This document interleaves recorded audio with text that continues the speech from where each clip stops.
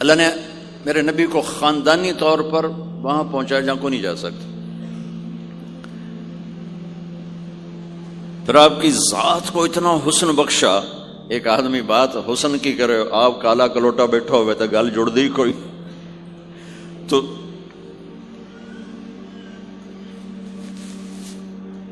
آپ تشریف لے جا رہے تھے ہجرت کر کے، تو راستے میں ایک رابغ ایک جگہ آتی ہے، وہاں بھوک لگی، پیاس لگی، وہ کھانے کا سامان تھا نہیں، تو ایک بڑھیا عورت کا خیمہ دیکھا.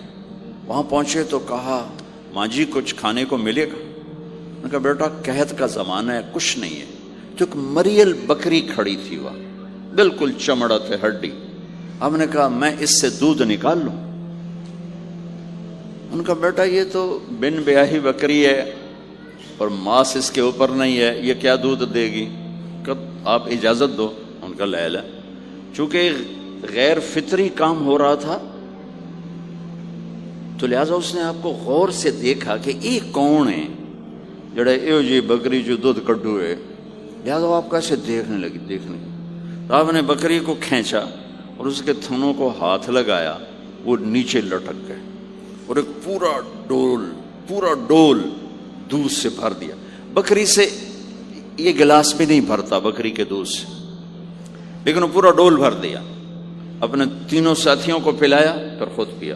پھر دوبارہ دودھ نکال کے پورا ڈول بھر کے اس اماں کو دیا، چلے گئے. بکری کی عمر 7 سال ہوتی ہے، 7 سال تک زندہ رہتی ہے، ذبح نہ کریں مر جاتی.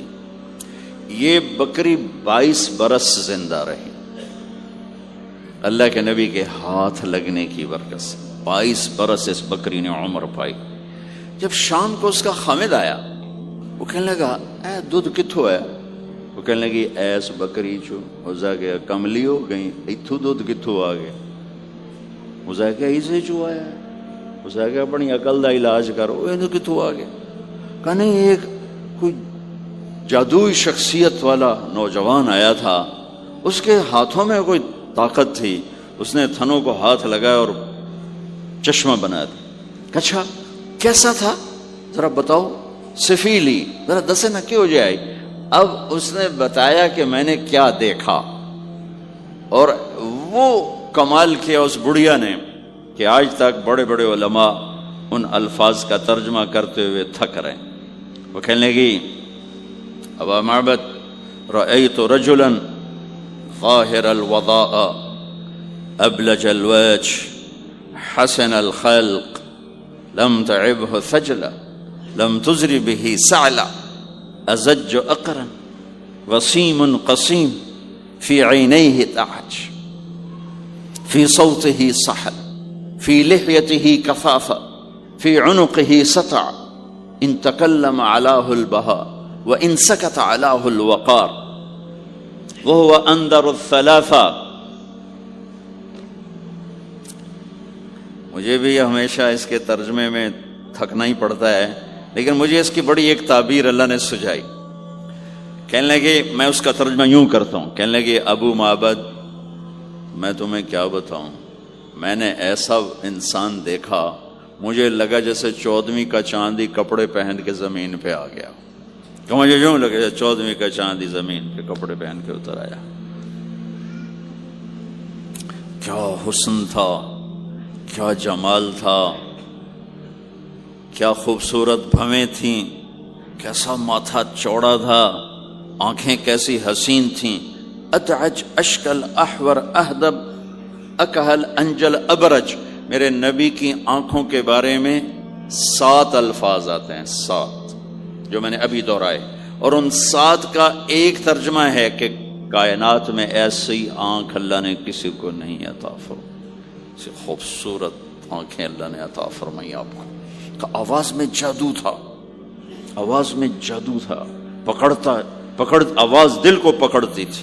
گردن لمبی خوبصورت تھی، چہرہ 14ویں کے چاند کی طرح چمکتا تھا، اور براق الثنایا، دانت ایسے خوبصورت تھے، مسکراتے تھے تو دانتوں سے نور نکلتا دکھائی دیتا تھا، جب بولتے تھے تو نور چھا جاتا تھا.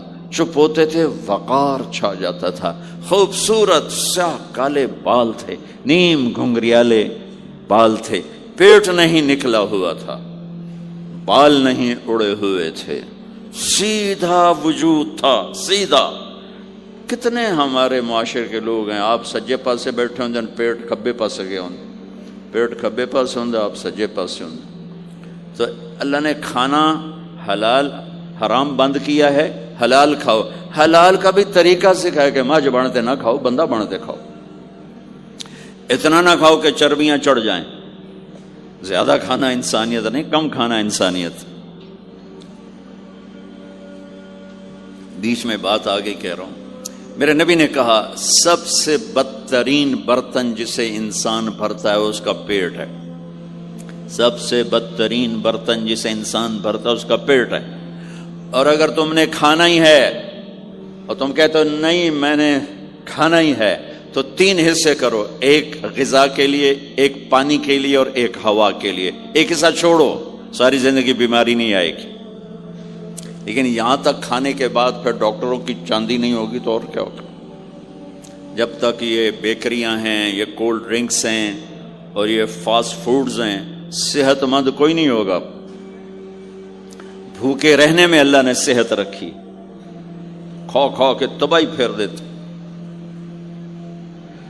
میٹھا کھانے سے شوگر نہیں ہو رہی، زیادہ کھانے سے شوگر ہو رہی، دبا کے کھانے سے شوگر ہو رہی۔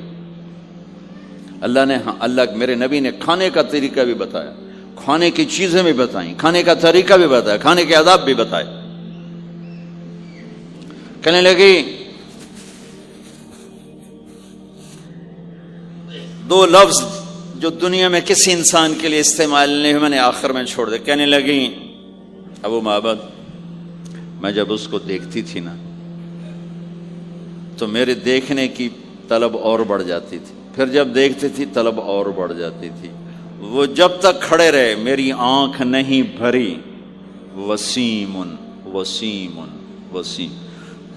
ابو معبد میں جدھر سے دیکھتی تھی حسن ان کا غلام تھا، ہاتھ جوڑ کے کھڑا تھا۔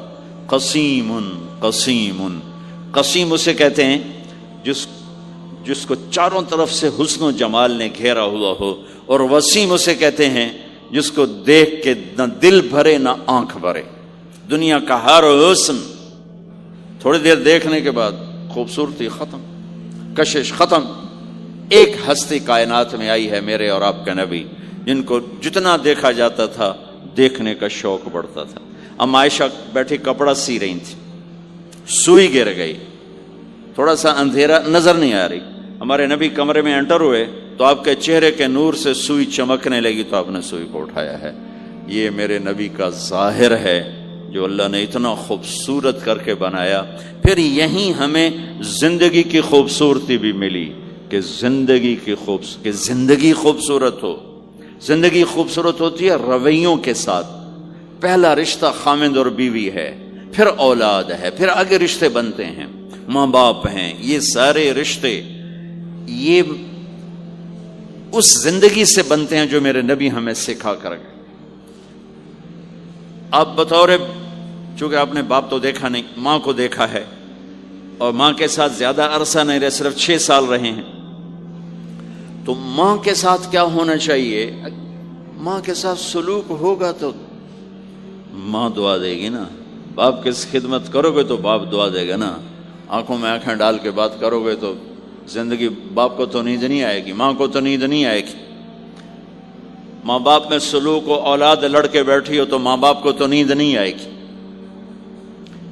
بیوی بدتمیزی سے بات کرے تو خامند کے نیند اڑ جائے گی، خامند بدتمیزی کرے تو بیوی کی نیند اڑ جائے گی۔ تو یہ کہاں سے زندگی ملے گی؟ میرے نبی کے دروازے پر جاؤ، وہاں پتہ چلے گا کہ زندگی کیسے گزاری ہے۔ تو آپ نے اپنی اس تمنا کا اظہار کیا، کاش میری ماں زندہ ہوت تو میں اس کی ایسی خدمت کرتا۔ میں عشاء کی نماز کے مصلی پہ کھڑا ہو کر ہاتھ باندھے سورۃ فاتحہ پڑھ رہا تھا، الحمدللہ رب العالمین۔ ادھر سے میرے گھر سے آواز آتی، محمد، میری ماں مجھے پکارتی محمد، تو میں نماز توڑ کے کہتا لبیک یا اماں، ماں جی میں حاضر ہوں، ماں جی میں حاضر ہوں۔ زندگی کو خوبصورت بنانے کا ماں باپ کے لیے طریقہ کہ اولاد ماں باپ کی آنکھوں کی ٹھنڈک بنے. یہ بچے ہمارا سب سے قیمتی سرمایہ، اور انہی پر سب سے بڑا ظلم ہوتا ہے. سب سے بڑا ظلم ہے آج کے ماں باپ کا 3 سال کے بچے کو اسکول ڈالنا. سب سے بڑا ظلم ہے. وہ روتا ہوا جاتا ہے، روتا ہوا آتا ہے، اور ماں باپ سے اس کی محبت کی تار کٹتے جاتے ہیں، کٹتے جاتے ہیں، کٹتے جاتے ہیں. 7ویں سال میں وہ بدتمیز ہوا پڑا ہوتا ہے. اب مائیں پریشان ہیں، بچے بدتمیز ہیں، بچے بدتمیز ہیں، کیونکہ ماں نے گود نہیں دی. جو ٹائم ماں نے دینا تھا وہ دے دیا اسکول کو. اور ہمارے اسکول کاروباری ادارے ہیں، علمی ادارے نہیں ہیں، کاروباری ادارے ہیں. میرے ملک کا یہ روگ ہے کہ یہاں کا وکیل بھی کاروباری ہے، یہاں کا ڈاکٹر بھی تاجر ہے، یہاں کا وکیل بھی تاجر ہے، یہاں کا جج بھی بک جاتا ہے، اور یہاں کا اسکول اور کالج بھی کاروبار ہے. 3 سال کا بچہ جب ماں باپ سے دور ہوتا ہے، روتا ہوا جاتا، روتا ہوا آتا، تو وہ ماں باپ سے دور ہو جاتا ہے. اس کے اندر نفرت پیدا ہونی شروع ہو جاتی. سر اٹھا جو ہی وہ سر نکالتا ہے تو وہ ماں باپ کا نافرمان ہو جاتا ہے، بدتمیزی کرتا ہے، لڑتا ہے، جھگڑتا ہے، کیونکہ ماں اور باپ نے ٹائم نہیں دیا. اور پھر اس موبائل نے ہماری زندگی، گھر کی زندگی تباہ کر دی ہے کہ بچہ آ کر ماں سے بات کرتا ہے، ماں موبائل کو دیکھ کے بچے سے بات کر رہی ہوتی. وہ باپ سے بات کرتا ہے، وہ اپنے موبائل میں اور بچے سے بات کرتا ہے. یہ اس بچے کی عزت کو ذبح کر دینے والی بات. آنکھ سے آنکھ ملانا عزت دینا ہے. میرے نبی پاک صلی اللہ تعالی علیہ وسلم کی طرف جب کوئی آپ کو بلاتا نا، یا رسول اللہ آپ سے، تو مثلا یہ ہماری مجلس ہے، ادھر بھی لوگ ہیں، ادھر بھی لوگ ہیں. اب مجھے کوئی ادھر سے بلائے تو میری تو اتنی گردن مڑے گی، کوئی ادھر سے بلائے میری اتنی گردن مڑے گی. لیکن میرے نبی پاک صلی اللہ علیہ وسلم کو ادھر سے جب کوئی آواز دیتا یا رسول اللہ، تو اب یوں نہیں کرتے تھے، ہاں جی 10 کی گل ہے. اب پورا یوں کرتے تھے ایسے. بولو میرے بھائی کیا بات ہے، سبحان اللہ. آپ کو ادھر سے کوئی بلاتا یا رسول اللہ، تب ایسے نہیں کرتے تھے، ہاں جی بولو. اب پورا ایسے مڑ کر پھر فرماتے، جی فرمائیے کیا بات. اب عام لوگوں کے ساتھ یہ فرماتے تھے. ہم تو اپنی اولاد کے ساتھ یہ نہیں کرتے، بیوی خامند کے ساتھ یہ نہیں کرتے، خامند بیوی کے ساتھ یہ نہیں کرتے.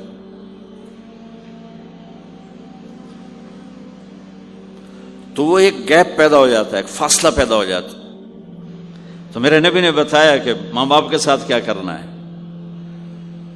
کہ میری ماں ہوتی تو میں نماز ہی توڑ دیتا اس کے لیے. حج کا سفر 70,000 کا مجمع تقریباً جمع ہو چکا ہے ابوا پہنچتے پہنچتے، اور آپ ایک دم اونٹنی کا رخ موڑو، پہاڑوں میں چلے گئے.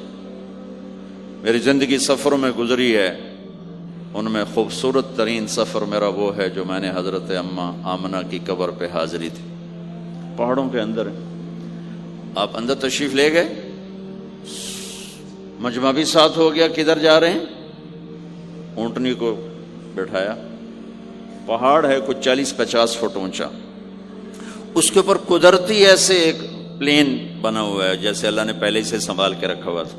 اب تو انہوں نے قبر کا نشان مٹا دیا ہے. تو ماں کی قبر کے سرہانے تشریف لے گئے اور گھٹنے اٹھائے، ہاتھ یہاں رکھے اور سر گھٹنوں میں دیا ایسے. یہ پوزیشن ہے چھوٹے بچے کے رونے کی.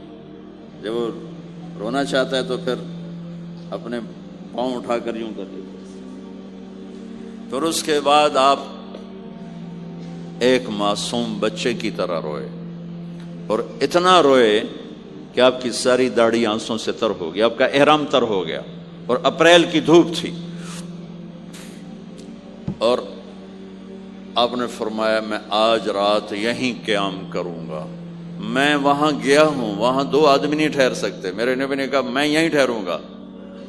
آگے کوئی 6-7 میل دور انتظام تھا حاجیوں کے اس قافلے کے ٹھہرنے کا. کچھ لوگ چلے گئے ہوں گے، لیکن آپ نے وہ رات اپنی ماں کے سرہانے گزاری. اور میں جب وہاں پہنچا تو مجھے چونکہ سیرت پڑھی تھی تو مجھے چشم تصور میں وہ نظر آ رہا تھا. حضرت آمنہ کی عمر صرف 25 برس تھی اور ہارٹ اٹیک ہوا اچانک، بولا نہیں جا رہا. اور اللہ کے نبی ماں کو دیکھ کے گھبرا رہے ہیں کہ کیا ہوا، 6 سال کا بچہ پہلی موت دیکھ رہا ہے، وہ بھی ماں کی.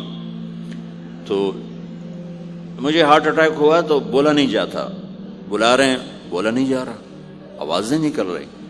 تو بلا رہے ہیں، ام ایمن بھی ساتھ ہے، آواز نہیں نکل رہی. لیکن بجھنے سے پہلے شمع کے جو بھڑکتی ہے 2 لفظ بولے، کل حی میت و کل جدید بال وقد ولدت طہرا.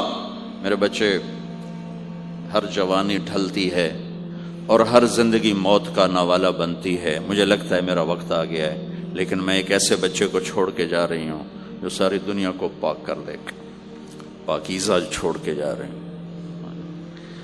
تو پتھروں میں ہی دبایا، کوئی کھودنے کا تو انتظام ہی نہیں تھا.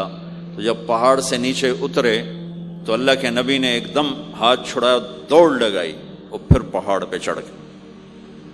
تو ام ایمن آپ کی ماں ہے، دودھ پلا. 8 عورتوں نے میرے نبی کو دودھ پلا، ان میں ایک ام ایمن بھی. وہ جب پیچھے گئیں تو ایسا منظر تھا جس کو دیکھ کر شاید زمین بھی رو رہی ہوگی اور آسمان بھی اور ابوا کے پہاڑ بھی. آپ ماں کی قبر پر ایسے لپٹے ہوئے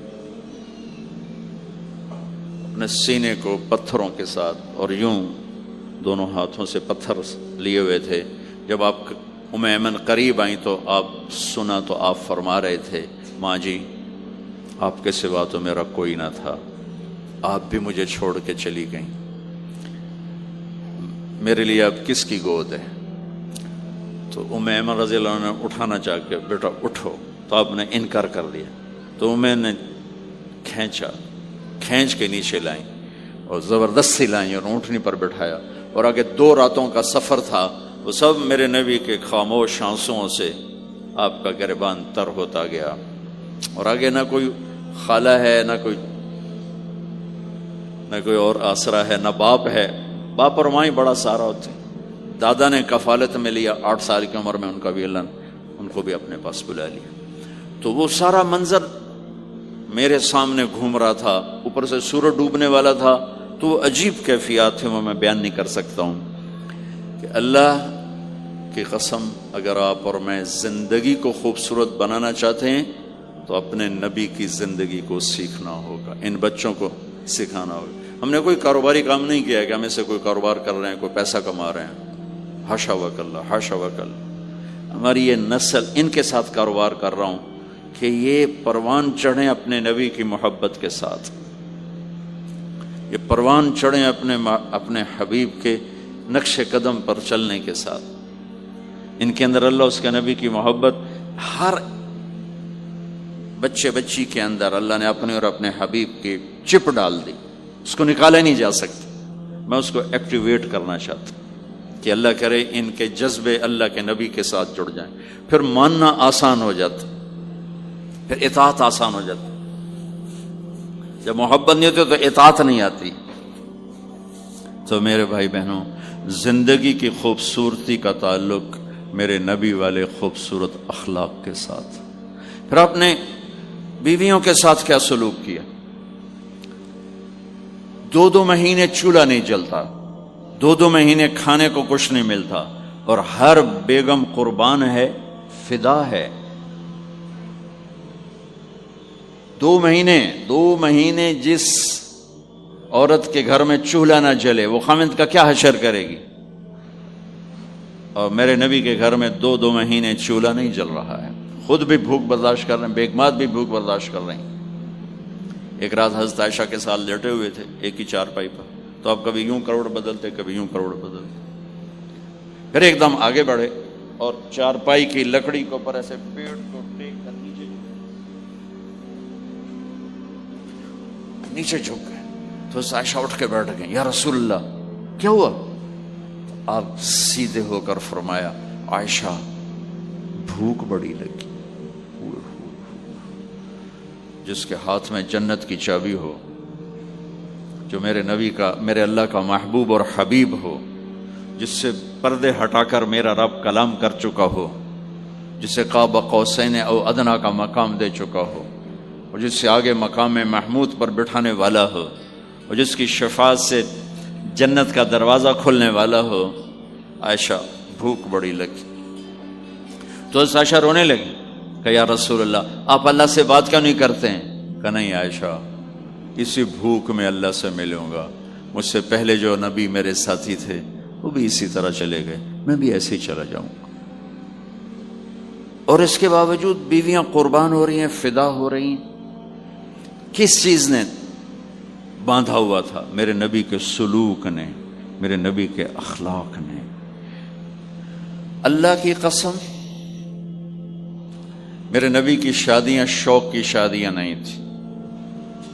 ایک حدیث سناتا ہوں، ما تزوجت وما زوجت الا بوحی من السماء نزل به جبریل۔ سن لو لوگو، میں نے جہاں شادی کی، میں نے جہاں بیٹی دی، پہلے آسمان سے وحی آئی، جبریل لے کر آئے، پھر میں نے شادی کی۔ تو یہ شوق کی شادیاں نہیں ہیں، زندگی سکھانے کی شادیاں ہیں، کیونکہ سب سے مشکل رشتہ خامند اور بیوی ہے، سب سے مشکل رشتہ خامند اور بیوی ہے۔ اس وقت طلاقیں کیوں بڑھ رہی ہیں؟ ایک تو یہ ہماری یہ جو فاسٹ فوڈ ہے، اس نے ہمارے اندر جو ایک نیچرل سسٹم تھا اسے ڈسٹرب کر دیا ہے، تو غصہ بڑھ گیا ہے، برداشت گھٹ گئی ہے، چھوٹی چھوٹی باتوں پہ گھر اجڑ رہے ہیں، گھر اجڑ رہے ہیں۔ پہلے یورپ میں سنتے تھے، اب یہاں پاکستان آج شادی ہوتی، چوتھے دن طلاق ہو رہی ہوتی۔ میں وہاں بیان کے لیے نکل رہا تھا مانچسٹر، تو میرے ساتھ جو گاڑی چلا رہا تھا، میں نے پوچھا آپ کیا کرتے ہو؟ لاہور کا تھا۔ کہا جی میں وکیل ہوں۔ میں نے کہا یہاں کوئی جھوٹے کیس ہوتے ہیں جیسے پاکستان میں؟ کہا جی نہیں، یہاں جھوٹا کیس کوئی نہیں ہوتا، جو بھی ہوتا ہے جنون ہوتا ہے۔ میں نے کہا یہاں مسلمانوں کے لڑائی جھگڑے آتے ہیں؟ کہا جی ہاں جی آتے ہیں۔ میں نے کہا سب سے زیادہ کیا جھگڑے آتے ہیں؟ کہا جی سب سے زیادہ طلاق کے آتے ہیں، طلاق طلاق طلاق طلاق۔ کہ نہیں سیکھا، زندگی برداشت کا نام ہے، برداشت کرنا سیکھا نہیں۔ میرے نبی نے 11 شادیاں کی، ہر قسم کی عورت کے ساتھ شادی کی، خاندان کے اندر، برادری کے اندر، اور خاندان برادری سے باہر۔ یہی 3 نسبتیں ہیں۔ اپنے خاندان میں قریش، تو آپ کی کئی بیگمات قریش، حضرت عائشہ، حضرت حفصہ، حضرت زینب، حضرت ام حبیبہ، یہ سب قریش ہیں۔ قریش سے باہر حضرت میمونہ، حضرت جویریہ، یہ قریش سے باہر ہے، برادری۔ پھر برادری سے بھی باہر شادی کی، یہود، حضرت صفیہ یہودی کی بیٹی ہیں، ان کے ساتھ شادی کی۔ ہر نسل سے شادی کی، اوپر والے کا نظام ہے۔ اپنے سے مالدار حضرت خدیجہ، اپنے برابر ام سلمہ، ام حبیبہ، اپنے سے کم فخر میں جویریہ، صفیہ، اپنے سے غربت کے ساتھ نہیں۔ عمر سے بڑی کے ساتھ شادی کی، حضرت خدیجہ۔ ہم عمر کے ساتھ شادی کی، حضرت سودا۔ عمر سے کم سے شادی کی، حضرت عائشہ۔ بیوہ سے شادی کی، حضرت خدیجہ۔ مطلقہ سے شادی کی، حضرت زینب۔ کماری سے شادی کی، حضرت عائشہ۔ جتنی بھی نسبتیں کسی عورت کی بن سکتی ہیں، ان سب میں اللہ نے آپ کو استعمال کر کے زندگی گزارنے کا طریقہ سکھایا۔ تیز مزاج کے ساتھ شادی کی، حضرت حفصہ رضی اللہ تعالیٰ عنہ، مزاج میں تیزی تھی۔ حضرت عمر رضی اللہ تعالیٰ عنہ کی بیٹی، مزاج میں شدت تھی، زندگی گزار کے دکھایا۔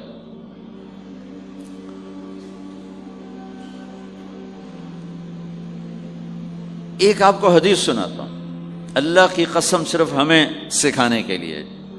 جس ہستی نے اللہ کو آنکھوں سے دیکھ لیا ہو، اس کے لیے عورت کیا چیز ہے، دنیا کیا چیز ہے۔ میرے نبی کا معراج کے بعد دنیا میں واپس آنا سب سے بڑا مجاہدہ اور قربانی ہے۔ جنت میں اللہ ہمیں نصیب کر، جب اللہ کا دیدار ہوگا تو اس کے بعد اللہ کی قسم جنت والوں کو جنت بھول جائے، عورتوں کو خامد بھول جائیں گے، خامدوں کو بیویاں بھول جائیں گی، اور جنت کی ہر نعمت بھول جائے گی، صرف اللہ کو دیکھنے میں گم ہو جائیں گے۔ اور میرے نبی اپنی آنکھوں سے اللہ کو دیکھ کر آئے ہیں، ٹھیک ہو گیا۔ اب ایک حدیث سنو کہ عائشہ مجھے جب سے پتہ چلا ہے نا کہ تو جنت میں میری بیوی ہے، تو میرے لیے تو مرنا ہی آسان ہو گیا ہے۔ اللہ اکبر۔ یا عائش انہ لیہون علی ان اریتک زوجتی فی الجنہ، میرے رب کی قسم ہمیں آپ کو سمجھانے کے لیے، ہمیں آپ کو بتانے، عائشہ مجھے جب سے پتا چلا ہے نا کہ تو جنت میں میری بیوی ہے، مجھے تو مرنا اچھا لگنے لگا ہے، مجھے تو مرنا اچھا لگنے لگا ہے کہ تو جنت میں میری بیوی ہے۔ سبحان اللہ۔ ادھر اچھا جی جنت بھی یہی لبنی ہے جی، یہ جنت جا کے بھی یہ جنالی رانا ہے، یہاں یہ باتیں سننے کو ملتی۔ اور میرا نبی کہہ رہا ہے عائشہ مجھے پتہ چلا ہے کہ تو جنت میں میری بیوی ہے، تو میرے لیے تو مرنا ہی آسان ہو گیا۔ سبحان اللہ، کیا خوبصورت، اللہ کی قسم یہ دلداری تھی۔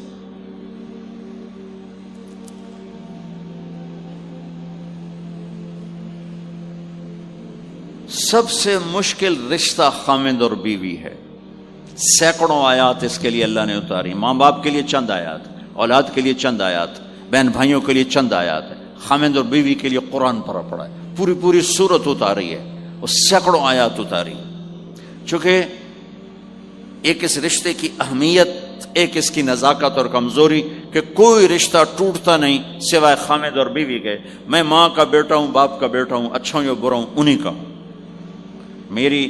میرا نسب میری نافرمانی سے بدل نہیں سکتا، میں اللہ بخش کا بیٹا ہوں، میرا یہ نسب بدل نہیں سکتا، اچھا ہوں یا برا ہوں، اللہ ان کی قبر روشن کرے۔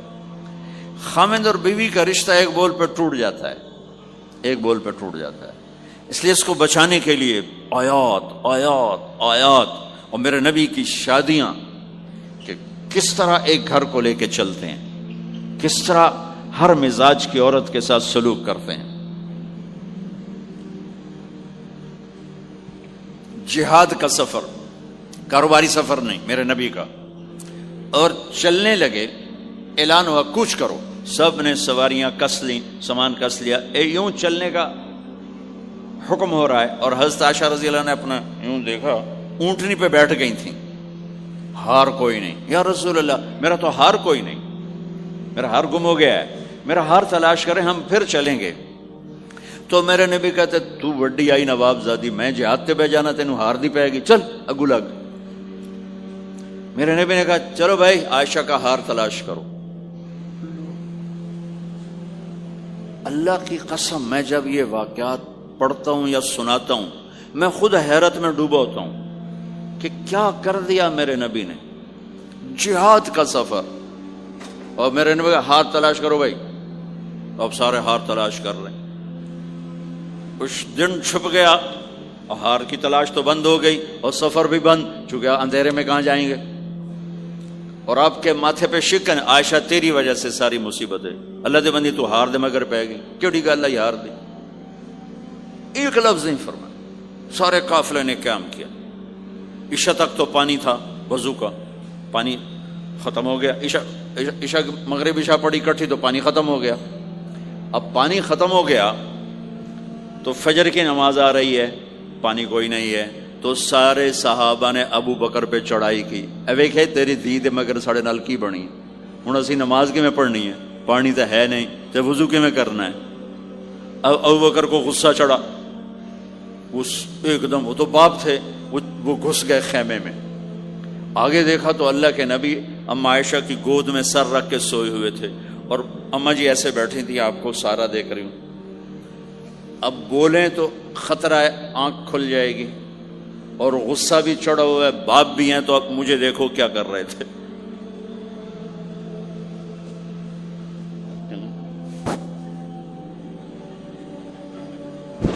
تیرے جو پھر یوں ماری زور سے انگلی بیٹی کے نا یہاں، پہلے یوں کرتے پھر ایسے ماری زور سے، وہ کہنے کہ میں ایسے سخت ہو گئی تاکہ میں ایسے نہ ہوں کہ اگر میں تھوڑا حرکت کی تو اللہ کے نبی کی آنکھ کھل جائے گی، تو ماری گیا ٹھا ٹھا ٹھا، وہ منہ سے کہہ رہے، اور وہ ایسا کر کے بیٹھی چمک، غصے میں باہر چلے۔ اب آپ کی آنکھ کھلی فجر پر، تو عائشہ نے کہا یا رسول اللہ وہ تو باہر تو بڑا مسئلہ ہو گیا ہے، پانی کوئی نہیں ہے اور نماز کا وقت ہو گیا ہے، وضو کیسے کریں؟ سبحان اللہ، اللہ نے قانون بدل دیا، دنیا میں پہلی دفعہ ہونے لگا ہے۔ 1,24,000 نبی آئے، پانی نہ علی وضو ہو سکتا ہے، اس کے علاوہ نہیں ہو سکتا۔ میرے اللہ نے قرآن اتارا فَإِن لَّمْ تَجِدُوا مَاءً فَتَيَمَّمُوا صَعِيدًا طَيِّبًا فَامْسَحُوا بِوُجُوهِكُمْ وَأَيْدِيكُمْ مِنْهُ۔ اچھا میرے بندو، پانی مک گیا ہے، چلو مٹی چاہتے منہ تے مارو تے دوئی چاہتے ہتھاں تے مارو تے تمہارا وضو ہو گیا، چلو تیمم کرو اور نماز پڑھو۔ اب وہ جو سارے ابو بکر پہ غصے ہو رہے تھے نا، عائشہ کہنے لگے واہ ابو بکر بھائی تیرے تو فعل کی کم بن گیا، تیری دھی دے تو فعل کی کم بن گیا۔ تو اسید بن حذیر پہلے ذرا زیادہ گرم ہوئے تھے، تو وہی ابو بکر تیرے گھر کی یہ پہلی برکت نہیں ہے، پہلے بھی بہت شمار برکتیں تیرے گھر کی طفیل امت کو ملی ہیں۔ تو اللہ نے تیمم کی آیت اتار دی۔ حضرت عائشہ کو ڈانٹ پلانے کی آیت نہیں آئی کہ میرے نبی تیری بیگم کے ہار کی وجہ سے میرے دین کا کام رک گیا اور میرے بندوں کی نماز خراب ہو گئی اور ان کو پانی سے محروم ہونا پڑا۔ میں قربان جاؤں اپنے رب پر، اپنے حبیب پر، اس ماں عائشہ پر، دنیا کی واحد عورت ہے جس کے سینے پر سر رکھ کر کسی نبی نے جان دی ہو۔ 1,24,000 نبیوں میں سے کوئی نہیں ہے جس کا سر بیگم کے سینے اور ٹھوڑی کے درمیان ہو اور اس کی جان اللہ نے نکالی ہو۔ واحد میرے آپ کے مات فی سحری و نحری، سحری و نحری، سحری و کہ میرے چونکہ آپ ایسے بیٹھے تھی اور حبیب پاک آپ کے سینے پر یوں دراز تھے، نیم دراز اس طرح، اور آپ کا سر مبارک ٹھوڑی کے ساتھ لگ رہا تھا، ٹھوڑی کے ساتھ یہ جگہ یہاں لگ رہی تھی اور باقی یہاں تھی، آپ اس طرح۔ اور واحد خاتون ہے جن کا حجرہ کسی نبی کی آرام گاہ بنا، ابدی آرام گاہ بنا۔ واحد اما عائشہ ہیں جن کے حجرے کو اللہ نے کسی نبی کے آرام گاہ بنایا، اور یہ واحد حجرہ ہے جہاں 70,000 فرشتہ صبح آ کے درود و سلام پڑھتا ہے اور شام تک پڑھتا ہے، اور شام کو 70,000 نیا آتا ہے اور صبح تک درود و سلام پڑھتا ہے اور واپس چلا جاتا ہے۔ کائنات اللہ جب مسلمان دنیا سے مٹ جائیں گے، مسجد نبوی مٹ جائے گی، بیت اللہ مٹ جائے گا، مدینے کی ایک اینٹ باقی نہیں بچے گی، مکہ کتنے بڑی بڑی بلڈنگیں، ایک اینٹ باقی نہیں بچے گی، اور وہاں سے گزرتے ہوئے لوگ کہیں گے لگتا ہے اتنے کدی آبادی ہوئے گی، ایتھے لگتا ہے کدی آبادی ہوئے گی۔ یہ زبانوں پہ ہوگا جب سارے نشان مٹ جائیں گے، اس وقت بھی 70,000 فرشتہ آ کے درود و سلام صبح سے شام تک پڑھے گا اور شام سے صبح تک پڑھے گا۔ یہ واحد میں خاتون ہیں عائشہ بنت ابی بکر جن کو اللہ نے یہ عزت بخشی، اور یہ واحد خاتون ہیں جب ان کے اوپر تہمت لگی، حضرت یوسف علیہ السلام پہ تہمت لگی تو بچے نے گواہی دی، حضرت مریم پہ تہمت لگی بیٹے نے گواہی دی، اور اما عائشہ پہ تہمت لگی تو اللہ نے گواہی دی کہ میں گواہ ہوں، اللہ گواہ بن کے آئے۔ تو اللہ نے کہا تیمم کرو بھائی، سارے خوش ہو گئے، سارے خوش ہو گئے۔ تو حضرت عائشہ نے کہا یا رسول اللہ اب میرا ہار چھوڑ دیں، اب چلیں۔ تب آپ نے کہا چلو بھائی کوچ کرو۔ اس سے زیادہ کوئی دلداری کا واقعہ پیش کر سکتا ہے؟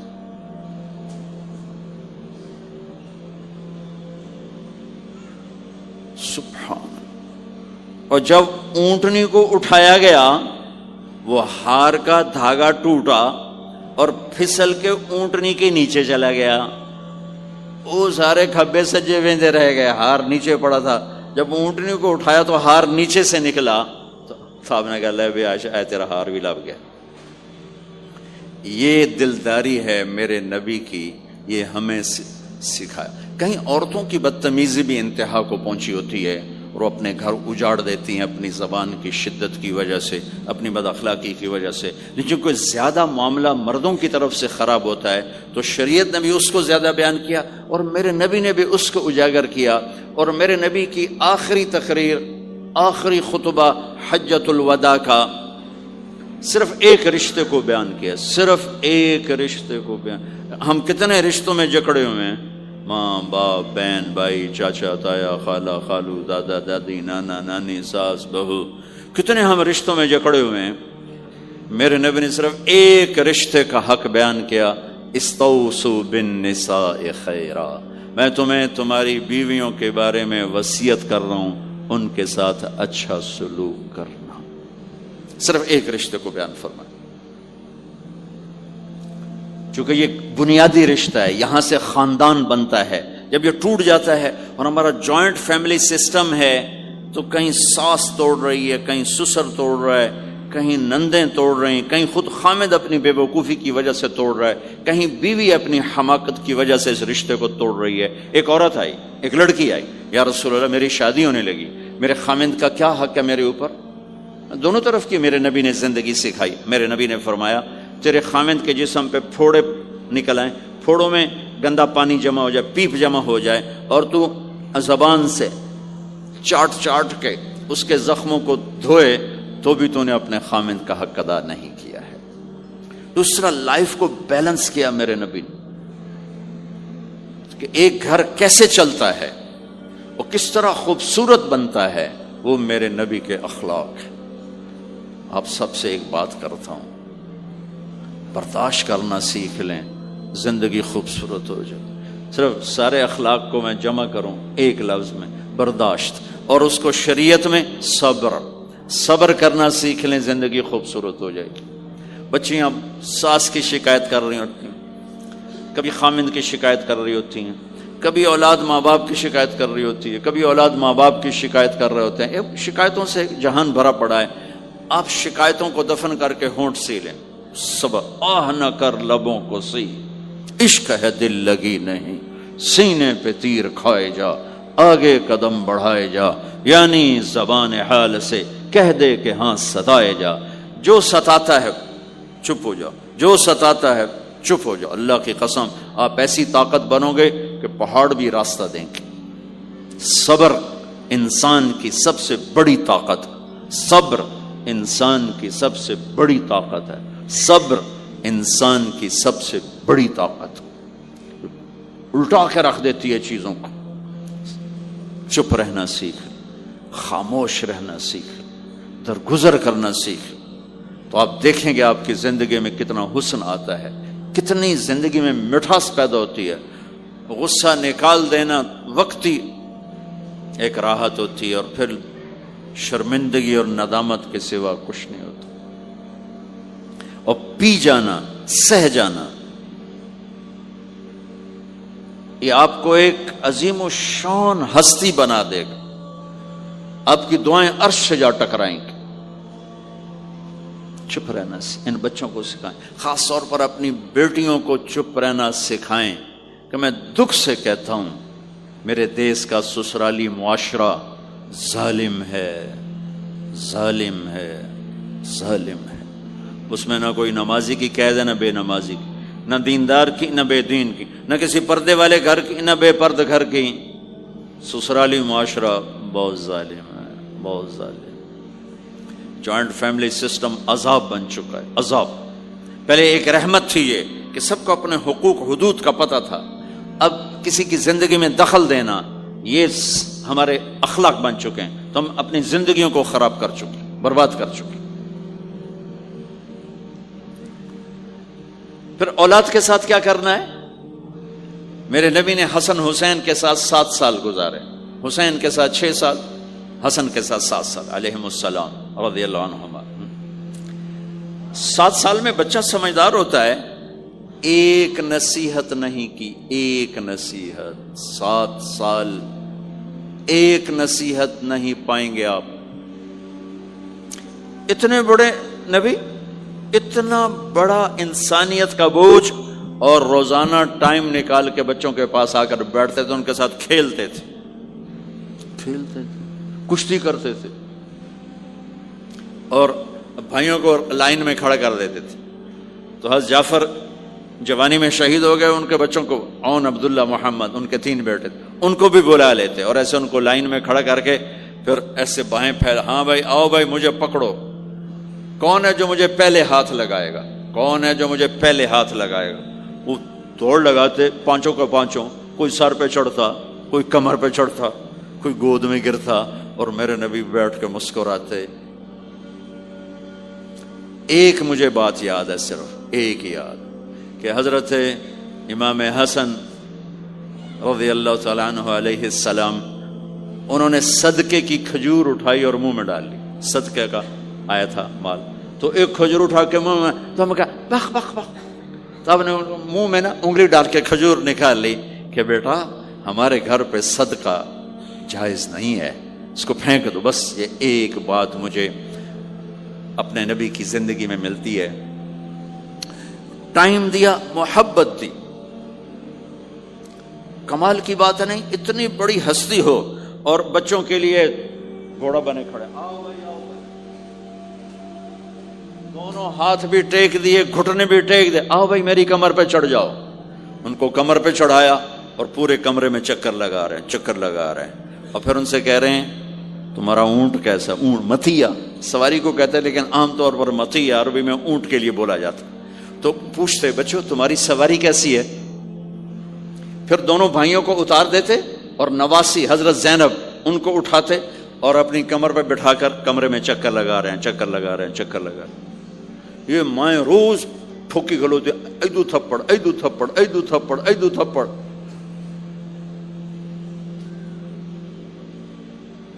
ساری مائیں سکول ماسٹر بنی ہوئی ہیں، بس ٹھوکی جاؤ، ڈنڈے ماری جاؤ، بس ایسی بے وقوف ہیں کہ جتنی محنت یہ کھانے پر کرتے، اپنے کپڑے کو سجانے پر کرتے، اس کا 100واں حصہ بچوں پہ کریں، ان کے بچے جنید بغدادی بن جائیں۔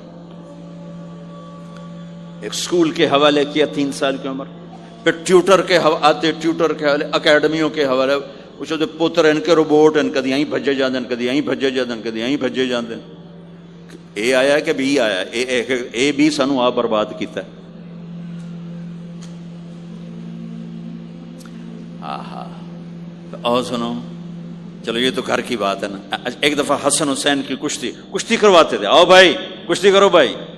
ایک دن کا واقعہ نہیں، یہ آئے دن کا واقعہ ہے، لیکن ایک واقعہ کہ حسن حسین کی کشتی ہو رہی، حسین چھوٹے تھے، حسن بڑے تھے، تو حسن دبا رہے ہوں گے حسین کو، تو آپ حضرت حسین کو شاباش شاباش حسین، ای ہے حسین، ای حسین، یعنی حسین زور لا، حسین زور لا، شاباش شاباش۔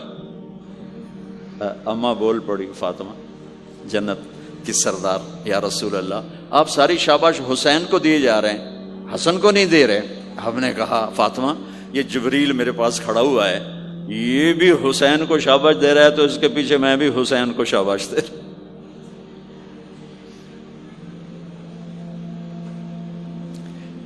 اس سے اور عجیب سنو، آپ فرض نماز پڑھا رہے ہیں، فرض نماز، نفل نہیں، گھر میں نہیں، مسجد میں، اور آپ سجدے میں گئے اور حسن نے چھلانگ لگائی اور کمر پہ جا کے بیٹھ گئے، اور اینج بندہ کرسی تو ٹھوک کے بیٹھ جاتا۔ میرے نبی نے سجدہ لمبا کر دیا، اتنا لمبا کیا کہ وہ سجدے میں پڑے لوگ سوچنے لگے کہ کہیں اللہ کے نبی فوت تو نہیں ہو گئے۔ تو جو سامنے والی صف تھی انہوں نے یوں کر کے دیکھا، پچھڑوں کو تو نظر نہیں آنا، انہوں نے اینج کر کے دیکھا تو دیکھا تو حسن سجدے اوپر چڑھے ہوئے۔ تو ایک صحابی جو قریب تھے انہوں نے ایسے ہاتھ آگے بڑھایا اتارنے کے لیے، تو میرے نبی نے بغلوں سے دیکھا کہ ایک ہاتھ آگے آ رہا ہے، تو آپ نے سجدے میں یوں کیا، میرے بچے کو کچھ نہ کو، جب تک حسن نہیں اترے آپ سجدے میں پڑے رہے۔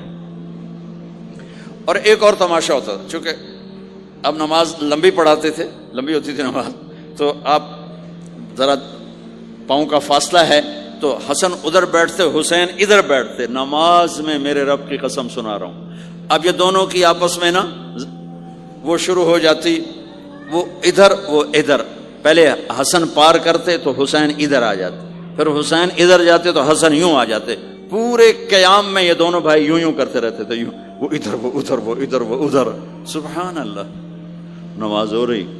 اس سے عجیب سنو، آپ نے اپنی بیٹی حضرت زینب آپ کی بڑی بیٹی زینب، ان کی بیٹی امامہ کو ظہر یا عصر کی نماز پڑھا رہے ہیں، کہاں بٹھایا ہوا ہے؟ میں پہلے بیان کرتا ہوں یہاں بٹھایا ہوا ہے علی یدہ، لیکن میں نے اب چند دن پہلے حدیث پڑھی، یہاں نہیں بٹھایا، یہاں نہیں بٹھایا، یہاں بٹھایا ہوا تھا، یہاں کندھے پر بٹھایا ہوا تھا، یہاں علی عاتقہ، اس کو عاتق کہتے ہیں، اور نماز پڑھا رہے تھے۔ جب آپ رکوع میں جانے لگے تو یہاں سے پکڑا اور آرام سے اس کو ساتھ بٹھایا، پھر رکوع کیا، قوما کیا، سجدہ کیا، سجدے سے جب اٹھے تو پھر امامہ کو اٹھا کر کندھے پہ بٹھا کے پھر نماز شروع کر دی۔ 4 رکعتاں میرے نبی انج پڑھائیاں کہ نواسی یہاں بیٹھی ہوئی ہے، صرف زندگی سکھانے کے لیے، صرف زندگی سکھانے کے لیے۔ بچوں کو پیار اتنا دو کہ وہ آپ پہ قربان ہوں، ڈنڈا، سوٹا، تھپڑ، بدتمیزی، ڈانٹ ڈپٹ، یہ دوریاں پیدا کر دیتی۔ بہت چھوٹی عمر میں نے سگریٹ پینے شروع کر دی، کچھ 7-8 سال کی عمر میں نے سگریٹ پینے شروع کر دی۔ گاؤں میں تھے تو کوئی ماحول تو تھا نہیں، تو گھر والوں کو پتہ چل گیا، تو اب مجھے سگریٹ سے روکنے کے لیے سمجھایا جا رہا ہے۔ جی کیسے سمجھایا جا رہا ہے؟ میری ماں نے میرا منہ کھولا نہیں کر کے، تو میرے ماسی نے چمٹا نپے تے وچ انگارا ہے تو این کر ٹھوکاں تیرے منہ وچ، ٹھوکاں تیرے منہ وچ۔ یہ مجھے سگریٹ سے روکا جا رہا ہے۔ جی مجھے منظر نہیں بھولتا، میری ماں نے دونوں ہاتھوں سے میرے جبڑے یوں کھینچے اور میری ماسی نے انگارا چمٹے میں ڈال کر، پاما تیرے منہ وچ، پاما تیرے منہ وچ، پینے گا سگریٹ؟ او میں نہیں پیندا، او میں نہیں پیندا۔ ٹھیک، باہر نکل کر میں نے پہلا کام سگریٹ سلگایا، اور میرے چھوٹے بھائی نے دیکھ لیا میری مصیبت، طاہر میاں، وہ مجھ سے بھی 2 سال چھوٹا، 5 سال تھا، میں 7 سال، وہ 5 سال۔ میں کہتا میری شکایت لاوے گا، میں کہا تلی تلی دیا، میں نے سگریٹ اس کے منہ میں لگا، تو بھی پی، میں بھی پینا، تاکہ میری شکایت نہ لگائے۔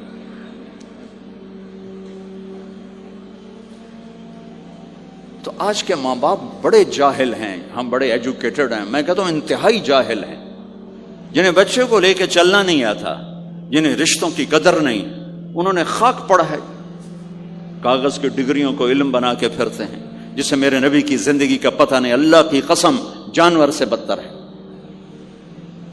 جاہل ترین ہے، جسے اپنے آقا کی زندگی کی خبر نہیں۔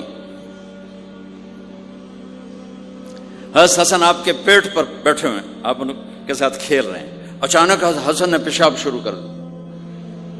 مجھے یاد نہیں، میرے بچے بچیاں ماشاءاللہ، میں نے ان کو اٹھایا ہوا تھا اور مجھے پیشاب محسوس ہوا تو میں نے اسے بیٹھے رہنے دیا ہو، مجھے یاد، میں اسی وقت پیچھے یا منجی تے سٹے یا ہیٹھاں سٹے پیشاب اتنے کرتا الو جائے نہیں۔ ٹھیک، میرے نبی پاک صلی اللہ علیہ وسلم کے نواسے حسن آپ کے پیٹ پر بیٹھے تھے، پیٹ ننگا تھا، تو آپ ان کے ساتھ کھیل رہے تھے، تو انہیں پیشاب شروع کر دیا۔ میرے نبی ایسے بے حس و حرکت ہو کہ کہیں بچے میری حرکت سے بچے کا پیشاب نہ رک جائے، تو آپ ایسے ہو، تو پورا پیشاب کیا اور آپ ہلے نہیں۔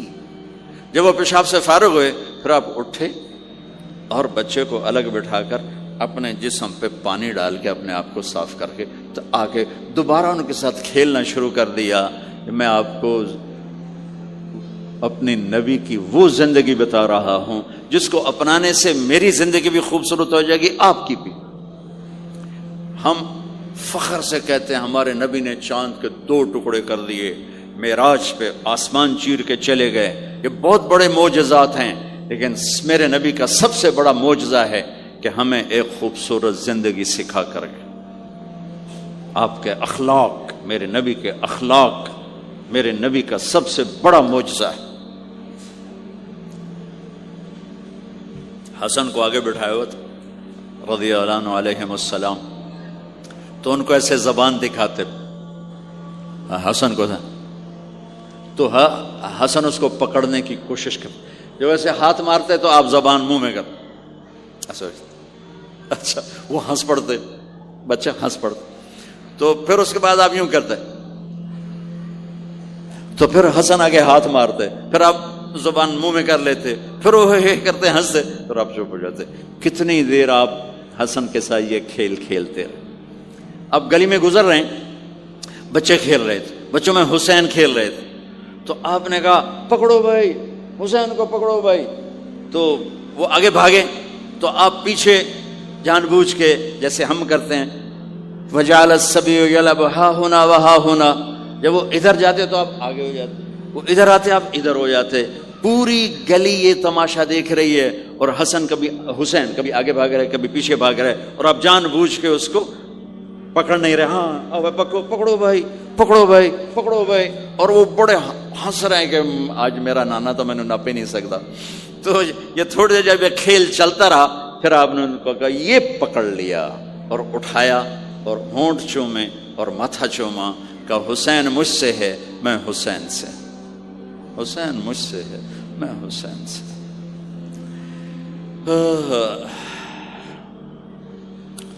میرے بھائی بہنوں عزیزو، اسلام ہی تو خوبصورت زندگی سکھاتا ہے، وہی ہم نے بھلا دیا.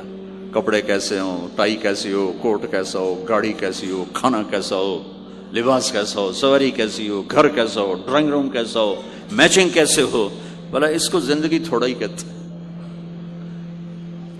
تو آپ سب سے کہتا ہوں کہ اپنے نبی کی زندگی اور سیرت کو پڑھیں، اس کو سیکھیں. یہ تبلیغ کا کام ایک عملی محنت ہے، سیکھنے. ان بچوں پر محنت کر رہے ہیں کہ اللہ کرے یہ پروان چڑھے تو ان کے اندر اللہ اس کے رسول کا پیار ہو، تو پھر یہ خود ہی چلنا شروع کریں گے. یہ میں نے سیرت کی چند جھلکیاں، چونکہ آپ پوری فیملیز بیٹھی ہوئی ہیں، اور فیملیز کے رشتوں میں ماں کا رشتہ، باپ کا رشتہ، بیوی کا رشتہ، خاوند کا رشتہ، اولاد کا رشتہ، یہ چند بڑے رشتے ہیں. اسی کو میں نے آپ کے سامنے پیش کر دیا ہے کہ اس کو سیکھنا پڑتا ہے، اس کے لیے اپنے ذات سے لڑنا پڑتا ہے، تب جا کر زندگی میں حسن اور کمال پیدا ہوتا ہے.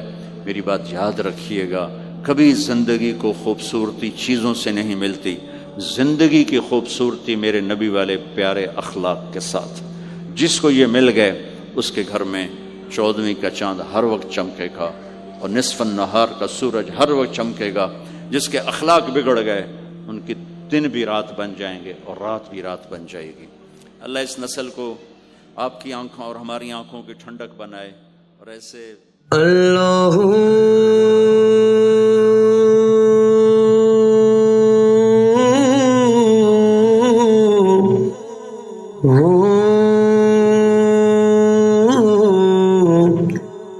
اللہ